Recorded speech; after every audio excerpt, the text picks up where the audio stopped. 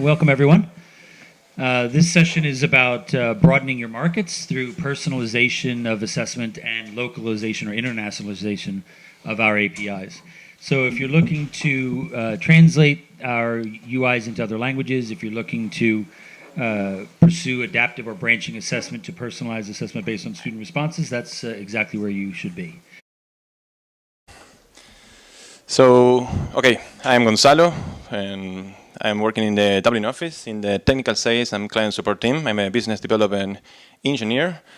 Most of you maybe see my name in tickets or emails, or maybe had the opportunity to listen to my Spanish accent in a demo or a call. And today, as Rich has mentioned, we're going to present how you can extend your product to new markets using localization and personalized assessment solutions. I'm going to start with localization. So what's localization? I'm going to give you an API overview, what needs to be localized and how you do it. And then Rich will continue with the personalized assessment. So let's start.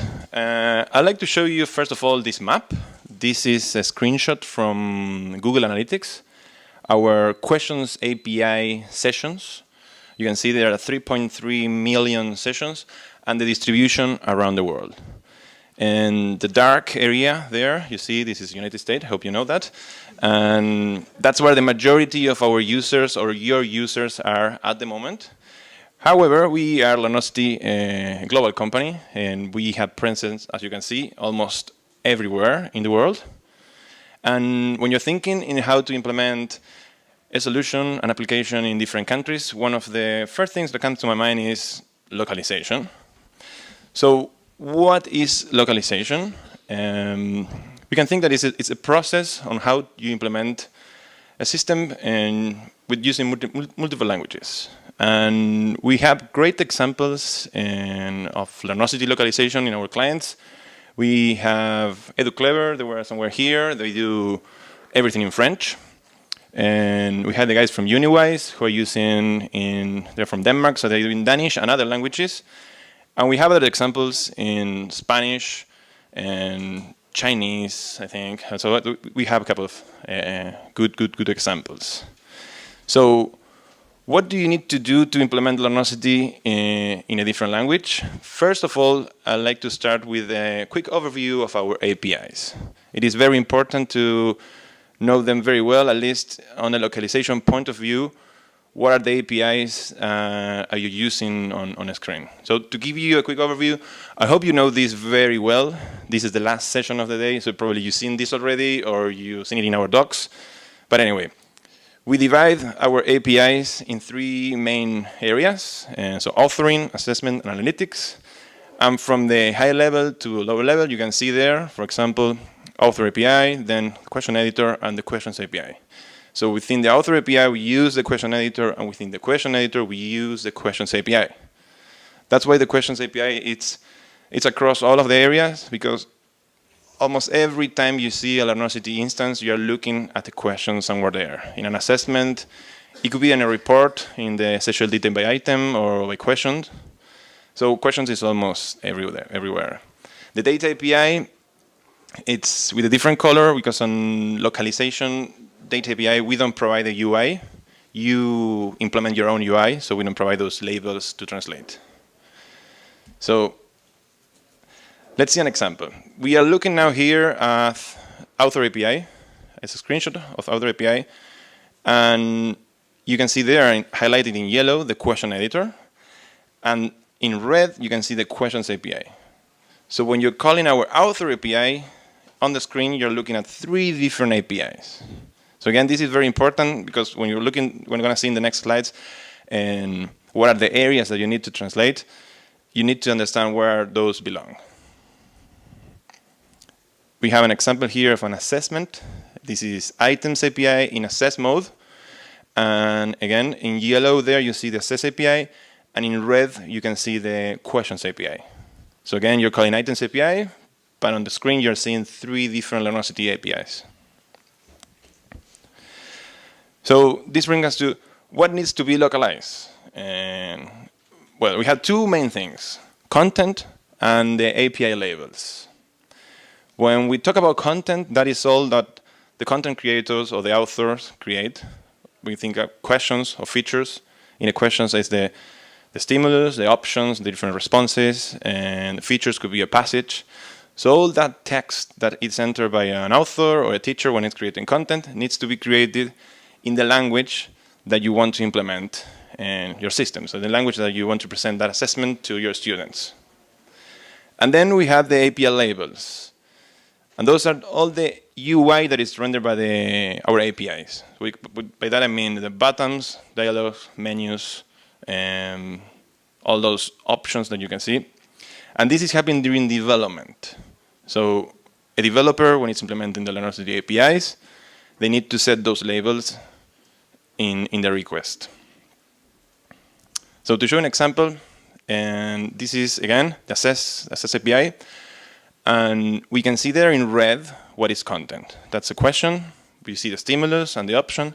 All of that was entered by an author or a teacher in the language that you are presenting the assessment. At the top, you can see the assess, the title and the subtitle. Those are kind of tricky because it can be added by an author and then can be overridden by a developer. So that you have the two options there. And the labels, you can see there on the right, and the check answer bottom, that's a label that belongs to the questions API, and the rest is assess. So we talk about creating content. You probably working in a system with multiple languages. In those cases, it's really important that you tag your content. So tagging is really important to identify the content in the language that you're working. When you want to modify that, if you want to search for that, and if you want to implement the author API list view and you want to search for those items, the tag in that case is very important. So you can have a tag type with the language type and tag all your content and the different languages. So we know how to create the content. Now the authors create the content in the language that you want to present to the student. So what's next? How do you translate those labels? How do you translate the API's labels? And by this, we provide the label bundle object. So I hope you know that every time you call our APIs, you're sending a JSON init request object in the call. So that's a JSON object with all the settings and attributes that you send to the API. Within that object, you can specify the label bundle object, and that's just another JSON object. But in there, you just set the label keys and the label values. By default, we provide English values to all those labels. So that's why if you don't set any label bundle object, you will see everything in English. That's the example I'm showing here. But you can easily translate that to another language. I'm showing now a simple example in Spanish for the items assess API. And as you can see there, at the top, we have the Assess API labels, and at the very bottom, we have the Questions API labels. So that's why it's important to know in your call what are the APIs that you're going to see in your instance. So this is one thing. This is very important about the label bundle object. It's also really good it's a really good way that you can handle that to a translator, for example, and you can reuse it then in different instances. So it's like you can get just your list of labels, the translation, and then you can reuse it. That's a really good thing. Another really good thing about the label bundle object is when you're working with the question editor. Question editor has so many options, and so we provide a way that you can render in debug mode. So there is a flag that you can set to true, and you can render, in this case, the question editor in debug mode. And it will make you see all the keys for the labels on the screen, as you can see there. So that's easy to identify what are those labels. So then you can include it and translate it. So okay, so we know now how to translate an application. Let's see a live demo. So yes, what you're seeing there is our demo site. I hope you know this very well. We put all our demos there. It's public. You can download the source code and play with those demos. Under case studies, we have here a Spanish demo. And this is loading our items API. with an assessment in Spanish. I will show you the init object there. As you can see here, we are loading, these are the items that I created in Spanish. And we have our label bundle object here with all those values in Spanish. And at the very bottom, we have the questions API label bundle. So let's see how this is working. I can click here, comenzar. This is start. And we are looking now an assessment with using the items API with everything in Spanish. We see the content, this is the question. We can see the labels, and we can see these options here. Go to accessibility. Everything with all those labels is translated to Spanish. We have the message dialog here. I can go to full screen. I think it would be better to show it there. Yeah. I can answer this question. I'm going to answer a couple of them just to get some answers. But all those the content here and labels, I hope I know this one. And just put some answer here. This one, for example, these are good examples of questions API labels. And this bottom here, this is assess label.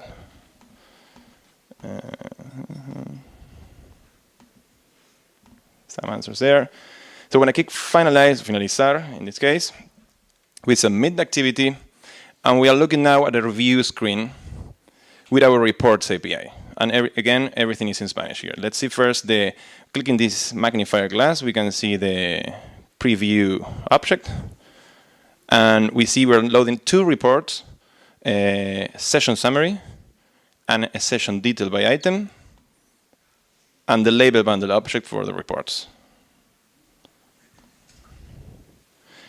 And we see here on the screen first the session summary. You can see that's in Spanish. When you see how many questions you got correct or incorrect, and then the detail of the session. So what's correct, that's incorrect, and the content and everything you see in the screen is in Spanish. No answer there. And this is partially correct. Okay. So that's how easy it is to implement, in this case, an assessment that using items API, and then a review screen with the reports API with everything that you see there in Spanish, the content and the labels. So to putting it all together, and we talk about like first you need to create the content in the language that you want to present to the student when you're working in an internationalization solution. That content is very important to tag it with the language type. Once you have that, then you think about the labels. So how you translate those labels using our label bundle object. And just having that, you can have your solution ready in the language that you want to use. That would definitely improve the user experience when you have students and learning or using assessments in their native languages. And by that, you can easily then go and reach new markets, extend to the world, implementing Learnosity and your systems in different languages. Spot price. So just to give a little break here, we have a spot price alert. And this is for the first person to tweet and hashtag educate17, tagging Learnosity, so at Learnosity, and the hashtag going global, you win a prize. We have Saoirse who's going to check that and just tweet, and we're going to see then who is the winner. Now Rich will continue with personalized assessment. Thank you, Gonzalo. So we've talked about reaching new markets. In this particular case, we've talked about doing so through reaching speakers of other languages. But there's also another way that we want to be able to expand our markets. If we're delivering static assessments, perhaps using our own textbooks or our own curriculum, we may not currently be reaching every possible user. We may not be reaching remedial users or users that have different learning paces in particular cases. And so what we want to be able to do is look at being able to customize curriculum delivery based on the responses of individual students. So we could see, have they answered questions that were difficult? Did they get them right or wrong? Do we deliver harder questions because they're getting them correct as they go along? Do we need to slide back a little and give them easier questions to get them back on track, that kind of thing? So we're going to take a quick denotative look at some of the solutions we have, some of the adaptive solutions we have, and then we're going to focus on one of them, which is specifically item branching. And item branching is a new lightweight approach to adaptive that doesn't require the kind of technical investment that adaptive does. So basically we're looking at how we're going to take personal assessment. We're going to adjust the content as we go, selecting new questions, new items that are delivered based on the responses from each individual student. So as you can see down at the bottom here, we're making each of these assessments individualized for a sole user as opposed to just something that is fit for every possible student. So we have a few personalized solutions at the moment. We have a few adaptive offerings, and the two that we're going to talk about today are true item adaptive. You may have seen in our docs or seen some demos. And this requires a relatively significant technical investment. It requires a staff of psychometricians to analyze the content, to seed that content with an audience, a large audience of users based on the exposure, estimate student abilities, assigning the difficulty levels as they go. It uses the RASH model for those of you who have worked with adaptive in the past. It does have a more granular level of difficulty assessment where you can assign difficulty levels and deal with thresholds. Have they exceeded the difficulty with their ability? Are they below the difficulty level? As I said, it does require refinement. You seed your questions, your assessments to a large community and evaluate the results to estimate that student ability. It can easily pull from tagged content as a pro. And it's also better calibrated over time. Again, that the full-time psychometricians will come in and really get you some hardcore data.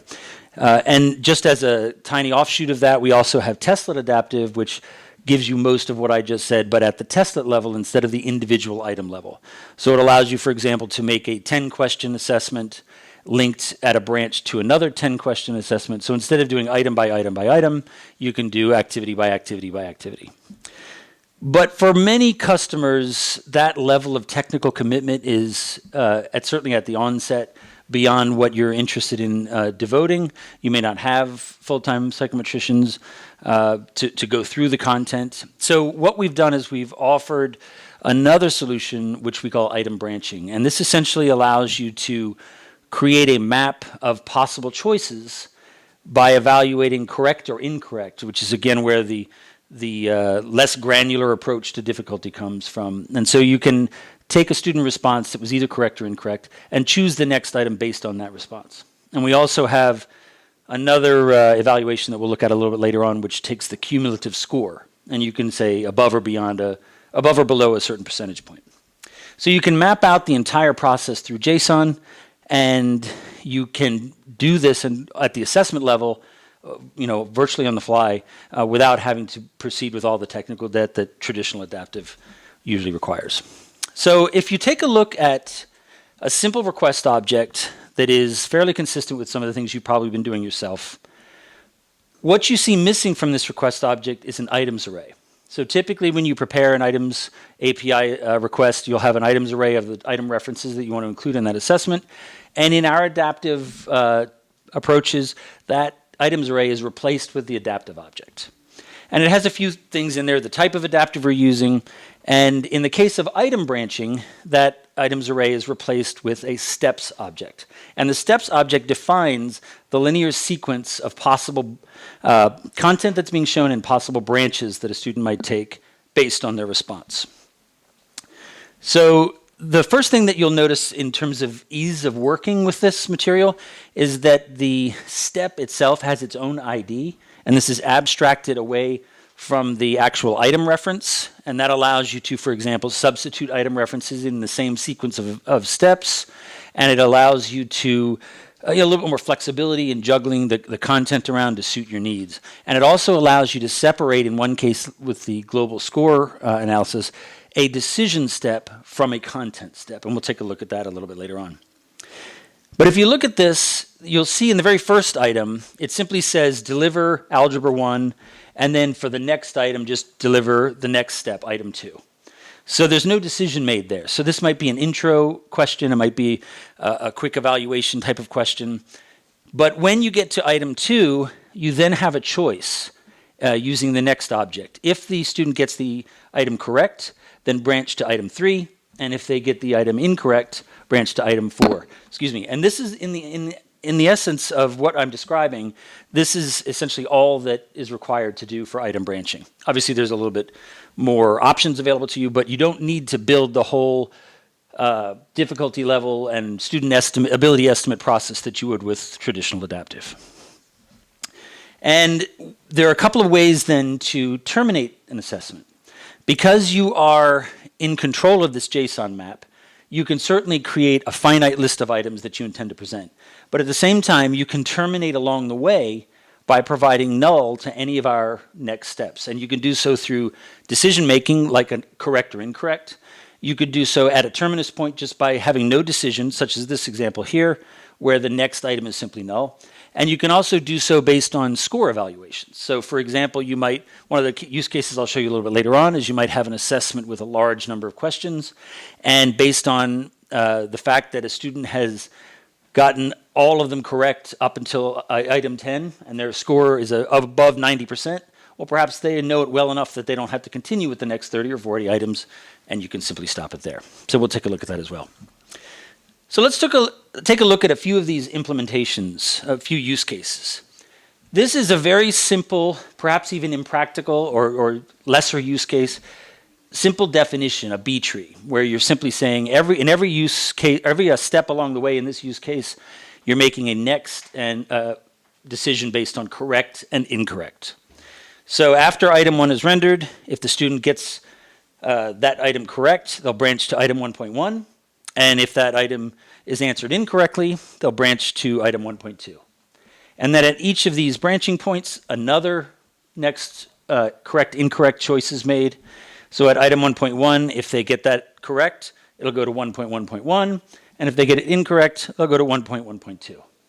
And as you can see, it's merely an item step with a next, correct, incorrect, each of these steps along the way.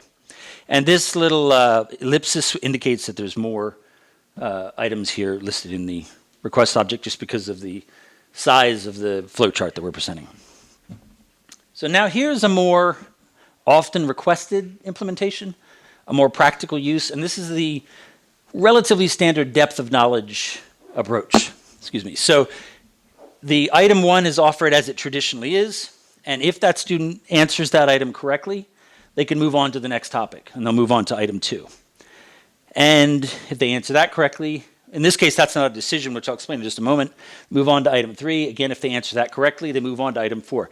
But going back to this first item, if they answer that incorrectly, you can then choose to serve up another item in that same area of curricula as a depth of knowledge question. This is a deeper look at the content you're talking about, better explaining perhaps, a deeper more involved explanation of what's going on. So if they get incorrect, they see 1.1.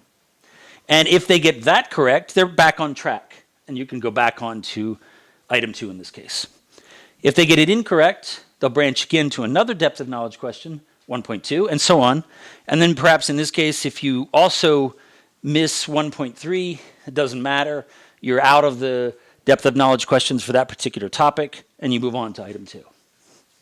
Now, in this particular flowchart example, you'll see that there's no decision at item 2. And we did this to indicate that you have control over where these decision branches occur. You don't have to make an evaluation every step along the way.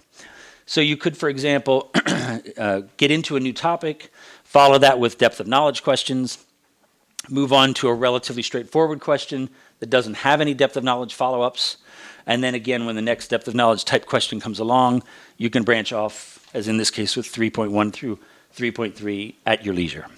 So you have total control over that JSON map, and you can build it to suit your needs.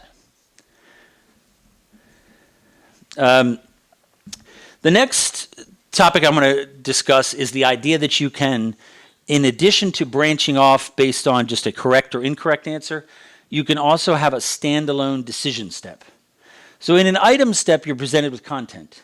In a decision step, you might say, if my percentage, my cumulative percentage at this point is greater than 50%, do this, and if it's less than 50%, do that.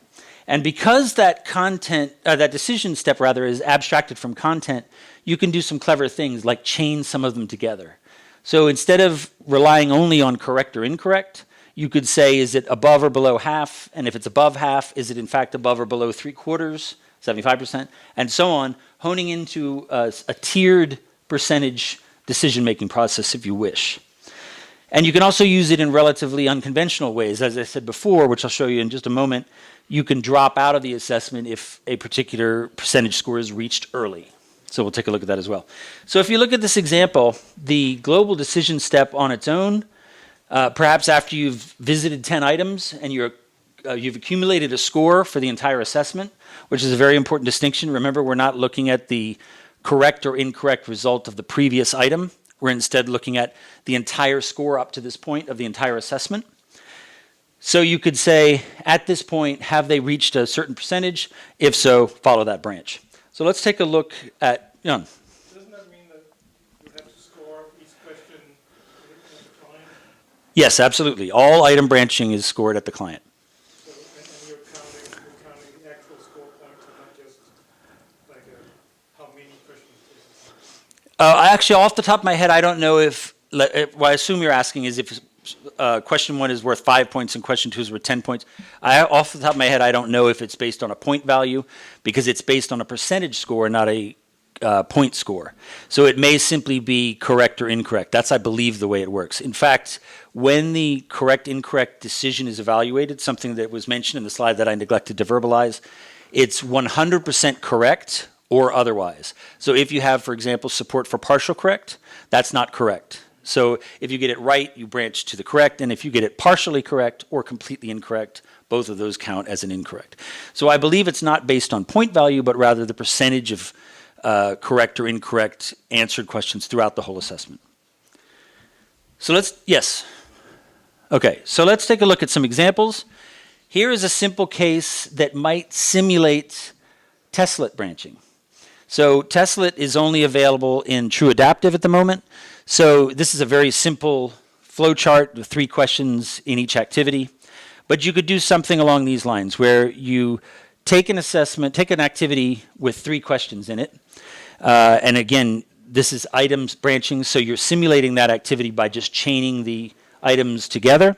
So we answer items 1 through 3, A1 through 3, and at that point there's a score value. And you can say, at this decision branch, has the student achieved better than 50% score? And if they have, then they could branch to B1 through 3. And if they haven't gotten better than 50%, they could branch down to B2, 1 through 3. So you can send them off to sequences of items that are designed to simulate a testlet or an activity. So once you go through this process, whether you've gone to B1 or B2, you can then say at the end of those 3 items, now that we have 6 items under our belt, does the student have better than 75%? And you can continue to refine this percentage value or make branching decisions based on the cumulative score. And the reason I wanted to show this in flowchart form is because unlike testlet adaptive, where we're evaluating each individual testlet, we have to remember that the decision branch choice step in our item branching is based on the score of the entire assessment. So following this path, the branch at number 2 would be based on the score of A1, would be, let's use B1 as an example, would be the score for A1, A2, A3, B11, B12, and B13, rather than just the Bs. So you can continue to refine that overall percentage based on how much time the student has spent through the assessment. And here's an example of our early termination that we discussed. So this is a very simple example because there are no decision steps other than our early termination. So we're linking from one item through to the next. And the idea might be that you want to cover this curriculum in, say, 50 questions. But if the student is doing so well that at the end of 20 or so, if all of them are correct, you might say, all right, there's enough recognition of this knowledge, comprehension, retention, that we can let them off with an early termination. So we've abbreviated for space here. So we have 21 items. But at the end of the 9th item, if the student has achieved 90% or better, then we can end the assessment at that point. And in the code snippet, I want to call attention to the way we do that. I mentioned this a little bit earlier. Instead of having another item to branch to, we simply provide null. So if that score is achieved at whatever this evaluation is, over 90%, greater than or equal to 90%, then we can terminate that assessment by delivering a null. Our engine will recognize that, and the effect will be similar to submitting. It will be done. So that gives you a couple of use cases that are designed to show how you can build that JSON map to walk through a set number of items. And just as a quick demo, this is actually on the demo site, which is one of the reasons we chose this, so you could do this on your own time as well.